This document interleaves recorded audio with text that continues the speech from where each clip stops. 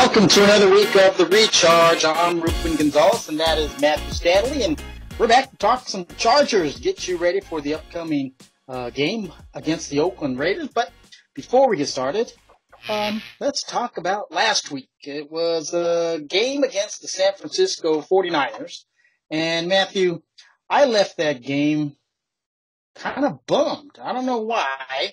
It wasn't exactly the kind of win that I was happy about, even though I watched it with about 7 49er fans.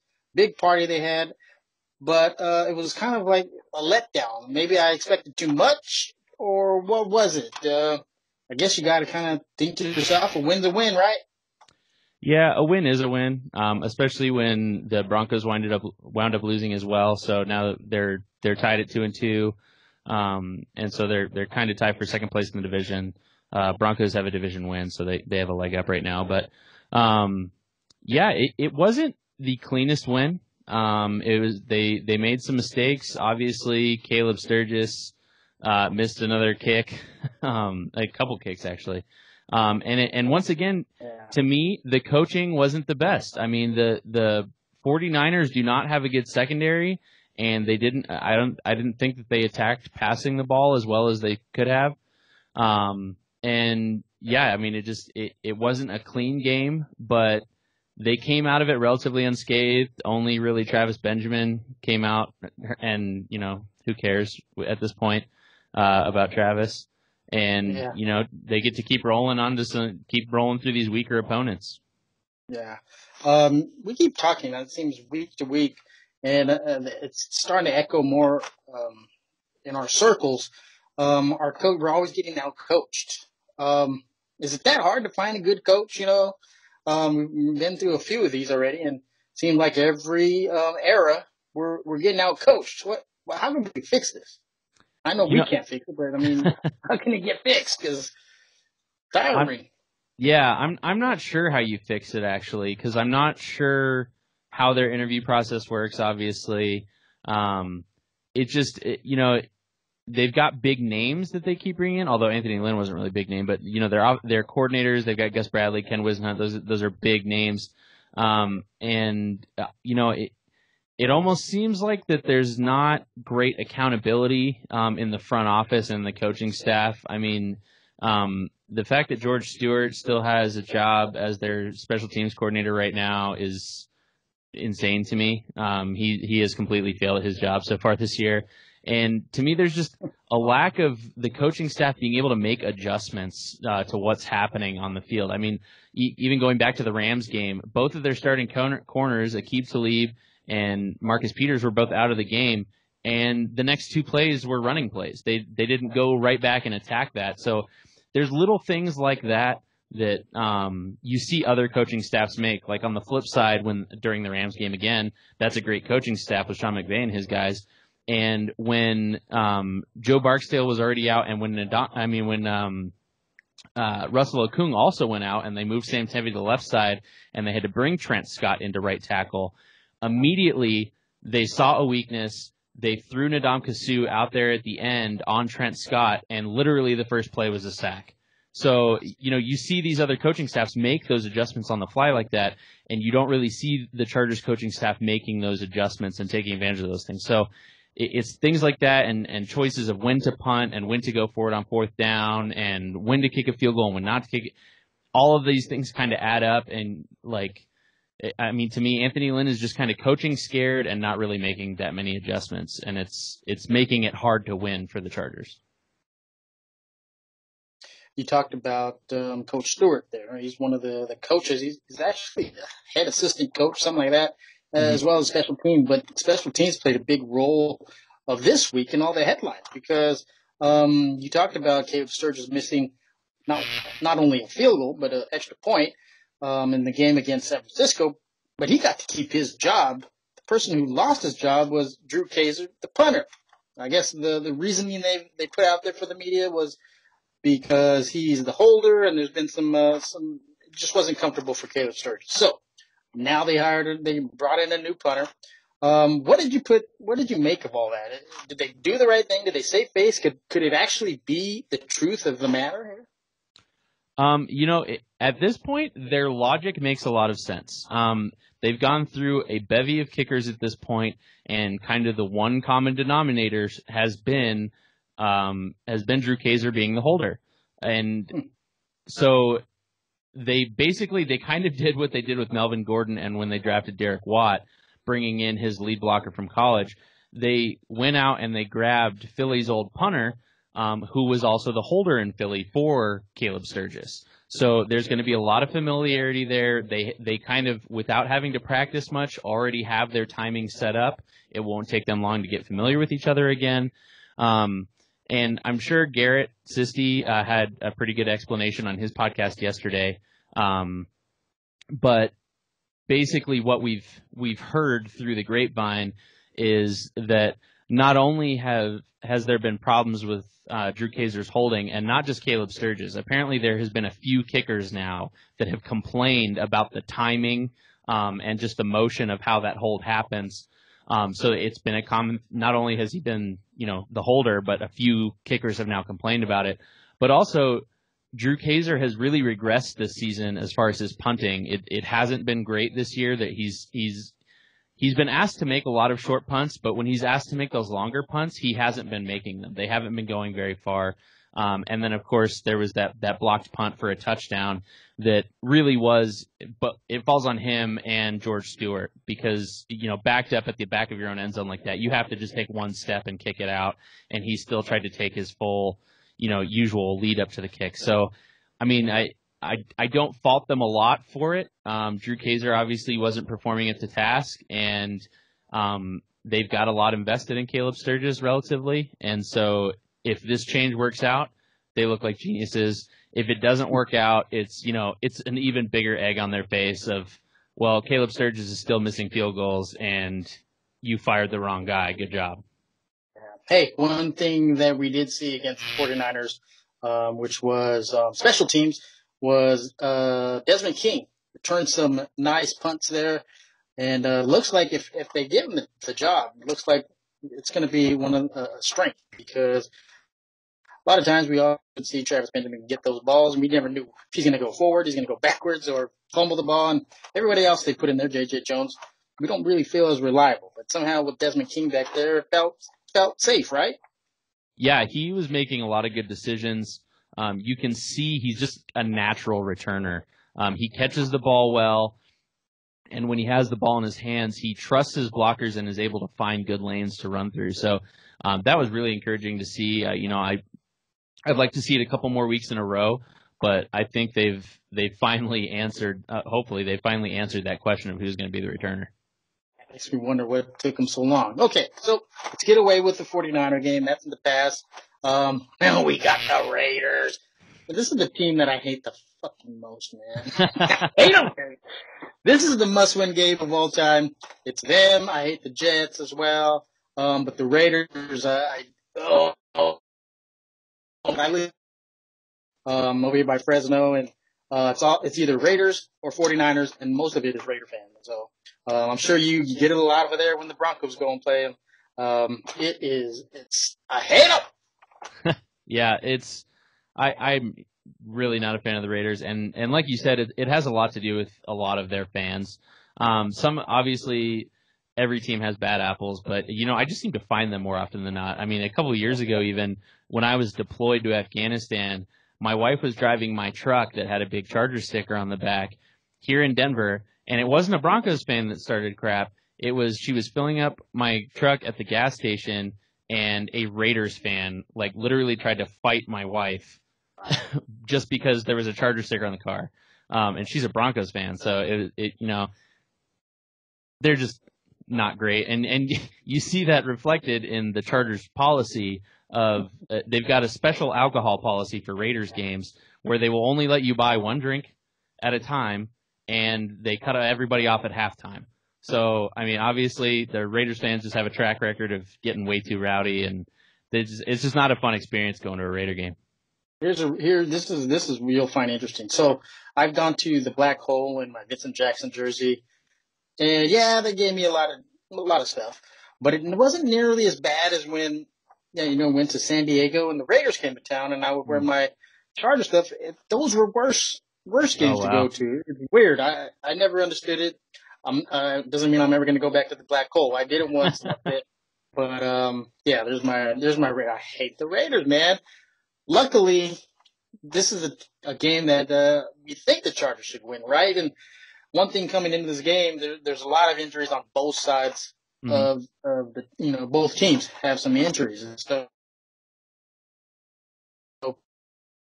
stay healthy, probably will most likely win. But there's some key players that are going to be missing, and there's key players that have a chance to miss this game. It's kind of up in the air. Yeah, so there is a lot of injuries on both sides of the ball. The Chargers are starting, actually, it's kind of funny, they're getting a little bit healthier. Both Joe Barksdale and Russell Okung practiced today. I think Anthony Lynn said earlier in the week he doesn't expect either of them to play, but that is a good sign that they're both back practicing. They were both limited today. Travis Benjamin has a cast on his foot. He's going to be out 2 to 3 weeks, the team announced today.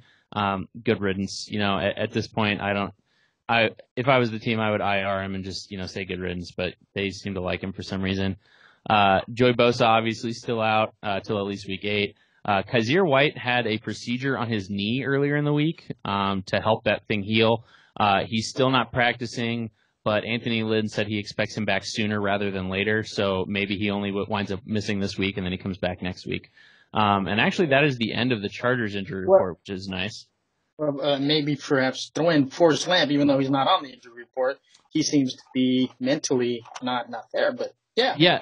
Yeah, we should talk about that for a quick second. So Forrest Lamp, he's been a healthy scratch for a couple weeks now, but Anthony Lynn kind of made some clarification comments on Monday this week where he said that his knee is not really 100%, and based on everything I've heard on every ACL repair, is the doctor's never going to say you're back to 100%. You're never going to reach that again.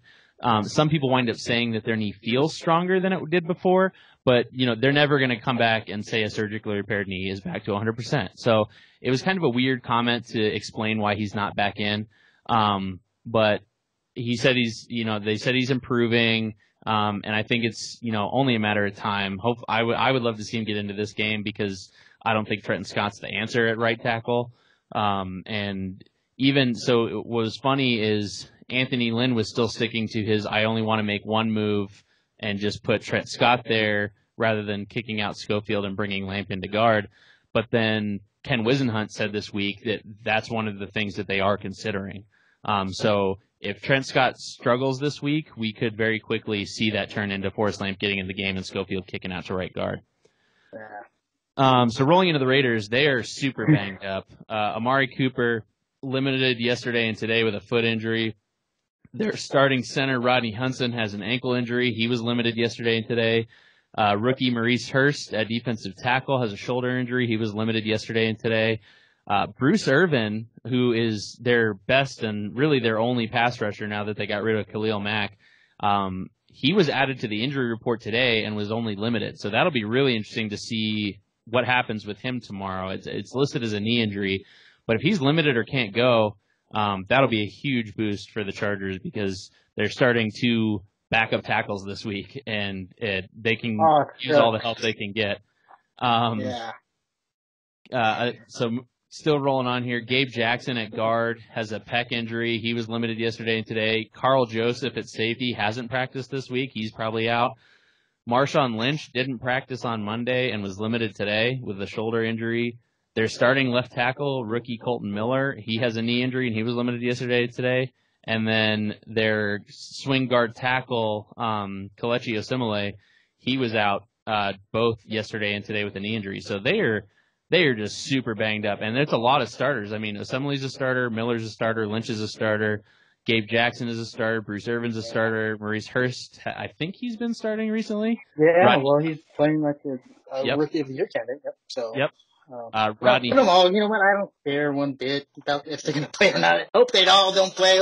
Hope they miss the buzzer late to the game. They have to sit out the first quarter, the whole team. I hope everything goes bad for the Raiders.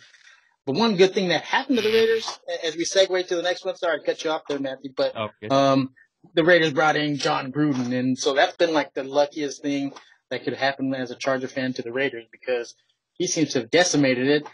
Give me a thumbs up or a thumbs down. Happy with all the moves that John Gruden has made so far. Super happy. Super happy. Yep. Yeah. He's good. Yeah. Sending Khalil Mack away was, no one will ever be able to explain that in a positive way ever. There's literally no excuse for it. And they're suffering because of it. He said he came out and said this week when they were talking to him about Derwin James that he actually wanted to draft Derwin James, and then he passed the buck and said because they had drafted 2 safeties in early rounds in the previous couple of drafts with Carl Joseph and Obi. Obi Melanfonwu. He used that as an excuse basically to excuse passing on him. John Gruden, they gave him a 10-year contract, and I hope he stays there all 10 years. Like, give me 10 years of John Gruden in Oakland, please. Yeah, me too. I'm glad that he's there. So, let's see. We're going to start looking at towards the end of this rundown here. A win this week, would that turn the corner for the Chargers? Can they kind of get that momentum going? Is it it's going to be a divisional win, so would it be the start of turning the corner? They got a pretty easy way down the stretch here. So what do you think? I think it definitely helps. Like you said, it would be a division win, which counts extra when it comes time to seeding in the playoffs and getting into that wild card. And yeah, like you said, we have a nice, good stretch of easy games coming up, and with facing weaker teams like this really helps the Chargers get by when they have these injuries and they have these guys waiting to come back because the team isn't feeling like they have to force their best players on the field and rush them back. They can let these guys rest, let them fully heal so that they're available down the stretch when it's important. So yeah, I think continuing to get a win here would be good. I think the win would be good, but a loss would be much more impactful. If they lose to the Raiders, it's a really bad sign, and it's almost time to phone it in for the rest of the season because losing to this banged up, bad Raiders team would just put a hex on the rest of the season. It would be, it'd be game over. Right. I agree with you. The Chargers need to win this one for, if anything, just to keep the season and hopes alive. Just not lose this game. Matchup to watch, Matthew. Pick me one matchup you're looking forward to watching this week. So my matchup is going to be the Chargers linebackers, whoever is out there, against Marshawn Lynch. Watching this Raiders team, I think that as long as you keep Marshawn Lynch bottled up and force Derek Carr to try and beat you, you can beat this team. Derek Carr makes a lot of mistakes. He hasn't been sharp this season at all. And with the way their offensive line is banged up, as long as you can shut down Marshawn, who just basically wills himself yards from time to time because he's just such a monster, beast mode looks like it's still in full effect. So having these linebackers, and especially I think probably the more key matchup here is going to be Derwin James and run support on Marshawn Lynch. If Derwin James can make the same tackles he's been making, the same sure tackles on Marshawn Lynch and getting him down on first contact, I think the Chargers are going to win this game pretty easily. I'm looking forward to Casey Hayward. And some reason he's not having the start to the season that we thought he was going to have, being an elite cornerback. So I want to see him, whoever he's covering it, whether it be Amari Cooper or Jordy Nelson, whoever they got out there. I need him to have a big game. He hasn't been doing none of this, we can more of this stuff here. Once he can start doing this, that means everything's good. And he needs the swag back. He's lost it. I feel bad for him, but he's a good guy. I need him to get his swag back. So I'm watching him this weekend. Hopefully he makes some plays. Final thing on the rundown. What's your score prediction? So I think the Chargers are going to score high 20s again, maybe low 30s. I'd say maybe 31-13. I don't think that this Raiders offense is going to be able to move the ball that well. And the Chargers, this is a pretty weak defense, and the Chargers need to take advantage of it and go put up a lot of points. I was normally going to say 42 for the Chargers, but I'm gonna go bring it down a little bit and say 41 because they're going to give Caleb Sturgis some extra field goal opportunities to prove that the move was right, and so that the Chargers front office knows what they're doing. And so I'm going to give the Chargers 41 points instead of 42 because they're going to shoot 2 field goals, so 41-10. 41-10, yes. I hope you're right. I hope it's that much of a blowout. Yeah, me too. So, well, I guess we'll have to see come next Friday, and we'll see if we were correct, and hopefully we're in a good mood, and hopefully Monday we can go to work with a clear mind, right? We don't want to have no depressing thoughts or bad. So hopefully the Chargers will win. Matthew, last couple things you want to say? Yeah, I hope the Chargers keep rolling. I'm getting excited because I'm flying out to London next Saturday to go get ready for that game. And for anybody, all of you Padres fans out there, think about rooting for the Rockies in the playoffs. I had to adopt one Denver team, and I'm definitely not giving up the Chargers. So go Rockies! All right. Well, that's going to do it for this week of the Recharge. Hope you got your recharge. Join us next week after we hope a Charger victory. See you guys.